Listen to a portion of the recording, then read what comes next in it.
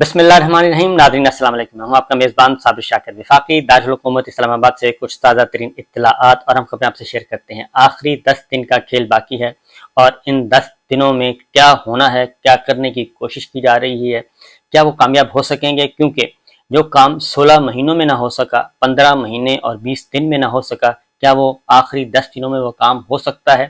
یعنی عمران خان صاحب کو سیاسی راستے سے ہٹانا، اس کی سیاست کا خاتمہ کرنا، ان کو ڈسکوالیفائی کرنا، ان کسی عدالت سے سزا دلوانا، کیا یہ مقصد کامیاب ہو جائے گا یا ٹارگٹ اچیو ہو جائے گا؟ مجھے نہیں لگتا اور اس کی بہت ساری وجوہات ہیں جس وجہ سے میں یہ کہتا ہوں کہ مجھے نہیں لگتا کہ عمران خان صاحب کو موجودہ حکومت کوئی نقصان پہنچا سکتی ہے. اس کی وجہ بہت ہی سمپل اور سادہ ہے کہ عمران خان صاحب پہ تقریباً کوئی 200 کے قریب مقدمات ہیں اور ایک الزام میں کئی پرچے درج ہیں اور وہ سارے کے سارے جھوٹے اور بے بنیاد ہیں، اور عدالتیں اور پاکستان کا قانون اور فیئر ٹرائل اس کو تسلیم نہیں کرتا. اسی لیے عدلیہ، ہمارا عدالتی نظام کمزور ترین ہونے کے باوجود وہ مزاحمت کر رہا ہے اور ڈٹا ہوا ہے کہ کسی کے ساتھ زیادتی نہ ہونے پائے. لیکن اس کے باوجود اس وقت بھی 10,000 سیاسی قیدی جیلوں میں موجود ہیں صرف ایک صوبے میں. سیاسی قیدی، عام شہری، خواتین، بزرگ، بچے، سب ان کو ختم کرنے کی کوشش کی جا رہی ہے، پی ٹی آئی کو ختم کرنے کی کوشش کی جا رہی ہے. اب جس بنیاد پہ آپ کے ساتھ کچھ خبریں شیئر کروں گا کہ کیا وجہ ہے. اب عمران خان صاحب کی لڑائی تو 15 مہینے سے چل رہی ہے، 15-16 مہینے سے چل رہی ہے، اور وہ لڑائی یک طرفہ ہے، دو طرفہ نہیں ہے. کیونکہ عمران خان صاحب کہتے ہیں میری اسٹیبلشمنٹ سے کسی قسم کا کوئی جھگڑا نہیں ہے، میرا افواج پاکستان سے کوئی جھگڑا نہیں ہے، فوج میری، میں فوج کا، پاکستان ہمارا، ہم پاکستانی. اس لیے وہ کہتے ہیں اس میں تو کامیابی نہیں ہوگی. تو بہت کچھ ہو چکا اور پی ڈی ایم، 15 جماعتی حکمران اتحاد اور خاص طور پہ مسلم لیگ نواز نے جو ظلم اور جبر کرنا تھا وہ کر کے دیکھ لیا. اب اقتدار اور اختیار ختم ہونے والا ہے. رانا ثناء اللہ صاحب بتا چکے ہیں کہ ہم قومی اسمبلی تحلیل کر دیں گے 48 گھنٹے پہلے، یعنی 11 اگست کو، 10 یا 11 اگست کو وہ اسمبلی تحلیل کر دیں گے. اب باقی رہ کیا گیا ہے؟ صورتحال یہ ہے کہ آج محرم الحرام ہے اور محرم الحرام کے حوالے سے بھی ایک ہمیں درس ملتا ہے، اور وہ درس ہے کہ حق اور سچ کے لیے لڑتے رہنا چاہیے، اور باطل خواہ جتنا ہی طاقتور ہو تو اس کے سامنے ڈٹ جانا چاہیے اور کلمہ حق کہتے رہنا چاہیے. ہم اسی اصول پر کاربند ہیں، اور وہی جو حضرت امام حسین علیہ السلام اور حضور اکرم صلی اللہ علیہ وسلم کا نقش قدم ہے، ان کے فرمودات، ان کے احادیث جو ہیں، ان کا فرمان جو ہے، ان کے مطابق ہم آگے بڑھ رہے ہیں.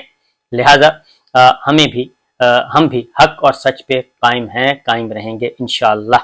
اور اس کے لیے آپ کو معلوم ہے کہ یزیدیت سے ٹکرائے تھے حضرت امام حسین علیہ السلام، تعداد میں کم تھے لیکن ٹکرائے، اور صرف اللہ کی رضا کے لیے ٹکرائے اور اللہ کے احکامات پر عمل کرتے ہوئے ٹکرائے.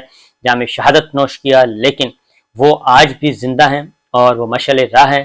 یزیدیت مر چکی ہے اور اس کو آج بھی یزیدیت کو لان تان کے طور پہ یاد کیا جاتا ہے. تو یہ وقت گزر جاتا ہے اور یزیدیت، فرعونیت، شدادیت، نمرودیت، یہ سب کا سب تباہ ہونے والا ہے، اور اس کو کسی نے یاد نہیں کرنا ہوتا اور ساری عمر کے لیے لان تانی ہوتی ہے.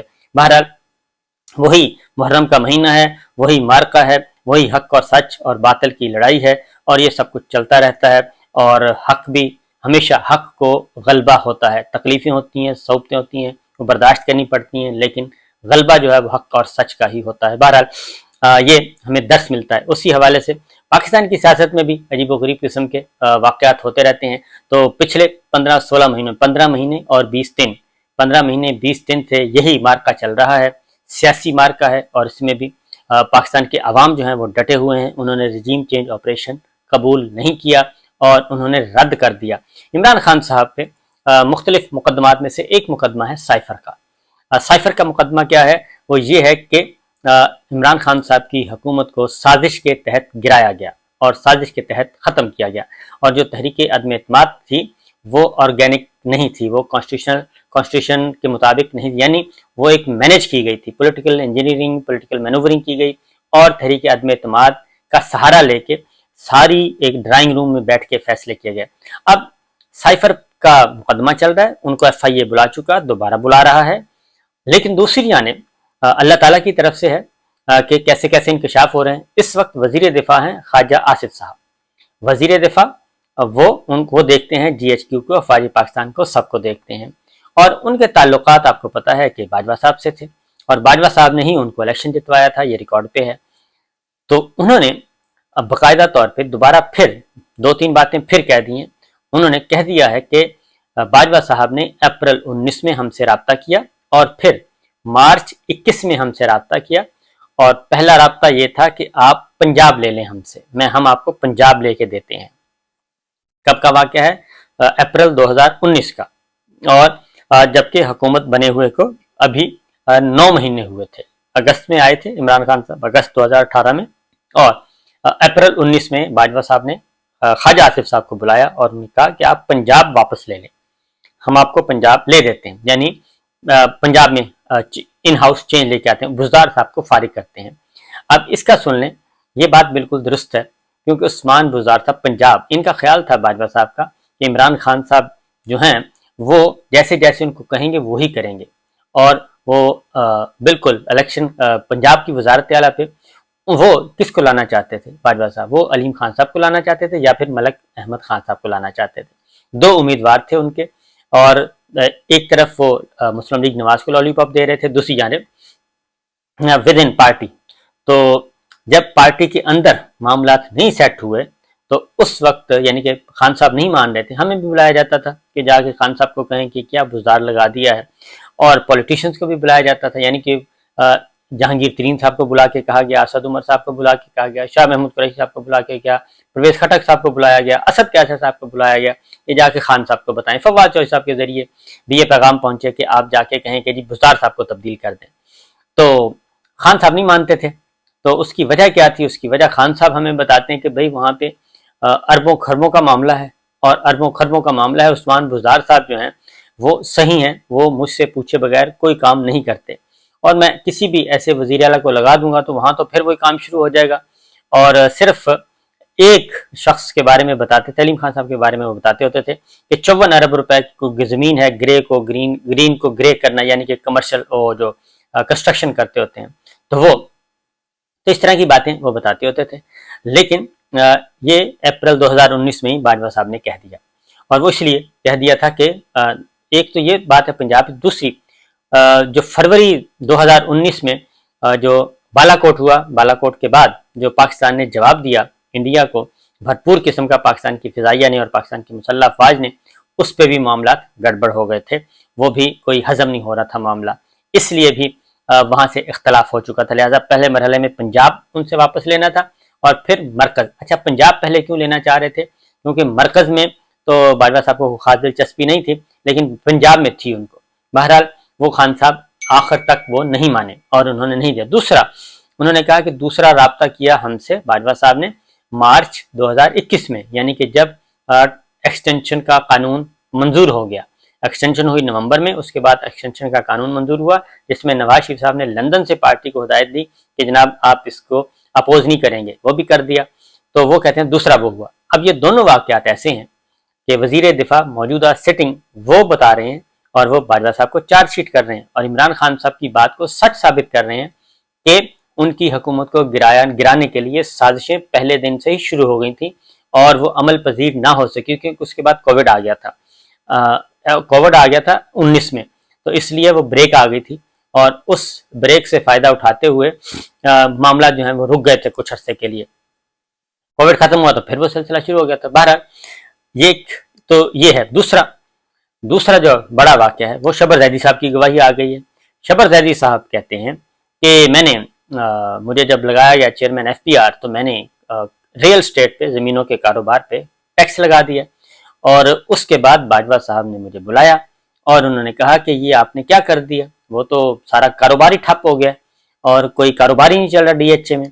अब DHA का जो कारोबार है, ये लेन देन का, वो कौन करता था? वो बाजवा साहब खुद ही बता सकते हैं, क्योंकि जानने वाले तो जानते हैं, बड़ी बड़ी फाइलें हैं, वो खुद ही बता सकते हैं कि वो कारोबार कौन करता था। उनके अजीज व अकारब, जो कि अहमद नूरानी की स्टोरी है, वो उसके अकॉर्डिंगली वो बात भी सही है। शबर जैदी साहब को कहा गया कि आप ये टैक्स वापस ले लें, तो वो टैक्स रिफॉर्म जो लाने थी, ज़्यादा से ज़्यादा कलेक्शन का मामला था, और मुल्क को डिफॉल्ट से निकालना था, और बुनियादी ढांचे में तब्दीली करनी थी, मुआशी ढांचे में। हुकूमती ढांचे में, तो वो एक मरहला था। उस वक्त शबर जैदी साहब को फारिग कर दिया गया और उन्होंने कानून भी बदल दिया, लेकिन उनके खिलाफ भी फिर वो एक मुहिम चली और उनको फारिग कर दिया गया और वो छोड़ के चले गए। अब शबर जैदी साहब एक और बहुत अच्छे इंसान हैं। कुछ अर्सा पहले तक वो ये कहते रहे कुछ अर्सा पहले तक कि जो इमरान खान, जो पहला टर्नओवर था मुस्लिम लीग नवाज, इमरान खान साहब को जो है उजड़ी पुजड़ी मुईशत मिली थी और पाकिस्तान डिफॉल्ट के दहाने पे था। फिर इमरान खान साहब ने अच्छा काम किया और ये इक़्तिसादी सर्वे भी, पाकिस्तान का इक़्तिसादी सर्वे जो है वो भी कंफर्म कर रहा है कि पाकिस्तान तहरीक इंसाफ अच्छी मईशत टेक ऑफ कर रहा था मुल्क, और 6% पे ग्रोथ जो है, शरह नमू तरक्की की रफ्तार 6% के पे पहुंच चुकी थी और मजीद आगे बढ़ना था, लेकिन फिर ये इक़्तिदार का खात्मा कर दिया गया रजीम चेंज ऑपरेशन का, जो कि बाजवा साहब और ख्वाजा साहब बता चुके, बाजवा साहब खुद भी बताते रहते हैं। तो ये मामला इधर से शबर जैदी साहब आ गए। शबर जैदी साहब ने भी कुछ अर्सा पहले तक ये कहते थे, अब वो कहते हैं कि नहीं, अगर इमरान खान साहब की हुकूमत रहती तो पाकिस्तान की मईशत दिवालिया हो जानी थी, ये वो कह रहे हैं। अब इसकी क्या जरूरत महसूस हुई, क्योंकि कुछ अर्सा पहले तक तो शबर जैदी साहब ऐसी बात नहीं करते थे। मेरा ख्याल है कि केयर टेकर सेटअप बन रहा है और केयर टेकर सेटअप में बहुत सारे लोग जो हैं उसमें आना चाहते हैं और अपना हिस्सा वसूल करना चाहते हैं, उस काबीना में, वफाकी काबीना में आना चाहते हैं, निगरान काबीना में आना चाहते हैं। तो इसलिए बहुत सारी चीज़ें जो हैं वो कोशिशें की जा रही हैं कि किसी न किसी तरीके से इमरान खान साहब का रोमांस जो है अवाम के साथ वो ख़त्म हो सके। लेकिन शबर जैदी को जवाब कौन दे रहा है? सबसे पहले जवाब दिया असद उमर साहब ने, और असद उमर साहब ने बता दिया कि जनाब शबर भाई, आप कैसी बातें कर रहे हैं, तो हकाइक तो ये हैं। और फिर इमरान खान साहब और पाकिस्तान तहरीक इंसाफ ने भी जवाब दे दिया कि हकाइक क्या बता रहे हैं। हकाइक पाकिस्तान का इक़्तिसादी सर्वे जो पिछले साल, बल्कि इसी साल जो पिछले साल का इक़्तिसादी सर्वे, उसमें सारी बातें लिखी हुई हैं, रिकॉर्ड पे आ चुकी हैं कि पाकिस्तान की शरह नमू कितनी थी, पाकिस्तान की इकोनॉमी पीटीआई के दौर में टेक ऑफ करती थी, ज़राए मुबादला के ज़खायर 18 अरब डॉलर तक पहुंच चुके थे और डॉलर का रेट जो है वो 178 रुपये था, अब 286 रुपये है, 287 रुपये है। और फ्यूल का रेट 100 रुपये पर लीटर महंगा हो चुका है, महंगाई 36% तक ऊपर जा चुकी है, बेरोजगारी की कोई इंतहा ही नहीं है, 12 लाख पाकिस्तान से बाहर जा चुके हैं, नौजवान पढ़े लिखे प्रोफेशनल्स पीएचडी वो बाहर जा चुके हैं तमाम के तमाम। और महंगाई का लेवल तो पूछने वाला है ही नहीं, बिजली है, गैस है, फ्यूल है, हर चीज़ आग लगी हुई है। तो इसलिए शबर जैदी साहब को सबसे पहले फिर फवाद चौधरी साहब डिफेंड करने के लिए आ गए, पीटीआई की गवर्नमेंट को असद उमर साहब आ गए, फिर पीटीआई के अपने तर्जुमान आए। तो ये सारी बातें जो की जा रही हैं, बल्कि एक नैरेटिव बनाने की कोशिश की जा रही है कि किसी भी तरीके से इमरान खान साहब का जो गवर्नमेंट है उसको डिफेम किया जा सके, जो पिछले 3.5 साल थे। अब असल में 15 महीनों का जो है आदाद शुमार वो वर्स्ट है, वो दूर दूर तक उनका कोई कंपैरिजन ही नहीं है पाकिस्तान तहरीक इंसाफ के दौर के साथ, इसलिए ये सारी चीज़ें की जा रही हैं। तो बाजवा साहब हों, शबर जैदी साहब हों या कोई और हों, ये हकीकत है कि एक एक करके सारे ये तस्लीम कर रहे हैं कि जनाब इमरान खान साहब की हुकूमत को पहले दिन से ही गिराने की कोशिशें की जा रही थी और की जा चुकी थी। इसलिए वज़ीर आला पंजाब भी पसंद नहीं थे, वज़ीर आला खैबर पख्तूनख्वा महमूद खान साहब भी पसंद नहीं थे, वज़ीर ख़जाना असद उमर साहब पसंद नहीं थे, वज़ीर दाखिला नहीं पसंद थे, और वज़ीर ख़जाना तो थे ही थे, वज़ीर ख़ारजा भी पसंद नहीं थे। यानी बहुत सारे वज़ीर जो पसंद ही नहीं थे, उनके अपने जो प्रिंसिपल सेक्रेटरी हैं वो पसंद नहीं थे। तो ये सारे मामला इस तरीके से हैं और गवाही जो है वो आती रहती है। और साथ ही साथ जो आगे अब असल में कोई और तो चीज़ है नहीं, तो लिहाजा इस तरफ चलना शुरू कर देते हैं। और असल मामला ये है कि इलेक्शन में मुकाबला करने के लिए कुछ नहीं बचा, इलेक्शन में मुकाबला करने के लिए किसी जमात के पास कुछ नहीं है। और पाकिस्तान तहरीक इंसाफ और इमरान खान जो हैं वो मकबूलियत के आलमी मयार तक पहुंच चुके हैं, बल्कि रिकॉर्ड कायम करने, आलमी रिकॉर्ड कायम किया है टिकटॉक का हमारे सामने। इस वक्त वो वर्ल्ड रिकॉर्ड कायम कर चुके हैं, दुनिया के नंबर 1 टिकटॉकर बन चुके हैं चंद दिनों के अंदर अंदर। उनके फॉलोअर्स उनके व्यूज़ करोड़ों में जा चुके हैं, फॉलोअर्स मिलियंस में जा चुके हैं और इस वक्त तक नंबर 1 टिकटॉकर हैं। और टिकटॉक पे अभी थोड़ी देर पहले ही कुछ दिन पहले ही उन्होंने ये अपना अकाउंट खोला था। तो ये है सिचुएशन। इस तरह की मेरा ख्याल है कि एहतियाती करनी चाहिए। इस तरह के जो जिन लोगों ने उनके साथ काम किया है, कम से कम वो तो उस वक्त बोलते, उस वक्त ओहदे लेते रहे और आज उसको नेगेट कर रहे हैं। इजाज़त दीजिए, अल्लाह हाफिज़।